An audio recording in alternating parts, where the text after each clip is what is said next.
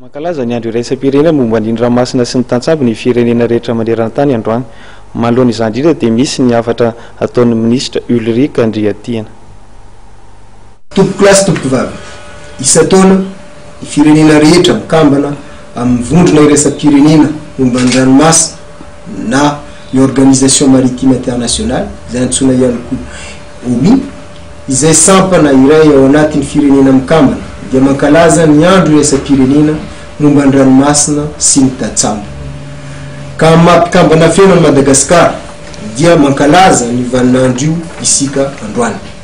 Amin'ity taona ity dia ankalazaina any Morondava ny fahavalo ambin'ny folo hatramin'ny 20 septambra 2024 ireo andro manokana ho an'ny fitaterana an-dranomasina ireo. Lohahevitra roa lehibe no mamaritra izany fankalazana izany araky ny tolo-kevitra ny OMI dia ny fisaorana sy fankasitrahana ny tantsambo na merci aux gens de mer, ny fampiarana tanteraka ny fanarana iraisam-pirenena amin'ny OMI na mise en œuvre effective des conventions internationales de l'OMI.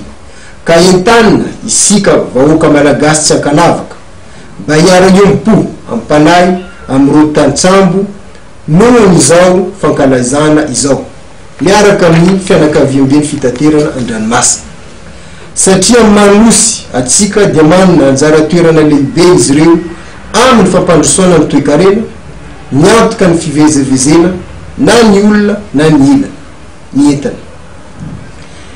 Isan'ny manao vy veriniainy ao anatin'izany asa izany ny tantsambo.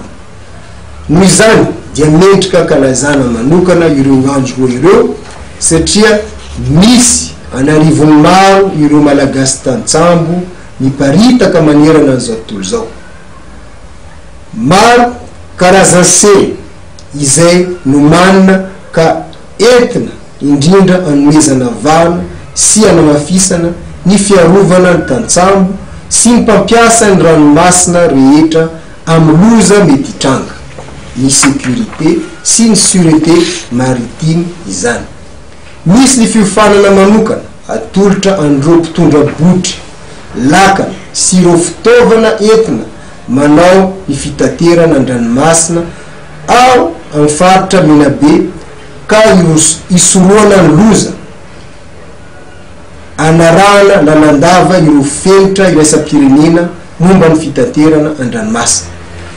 Natao fanomboana izao fiofanana izao ny faritra Menabe no anomboana azy fa aparitaka amin'ny faritra rehetra manerana ny nosy izany aorina ao.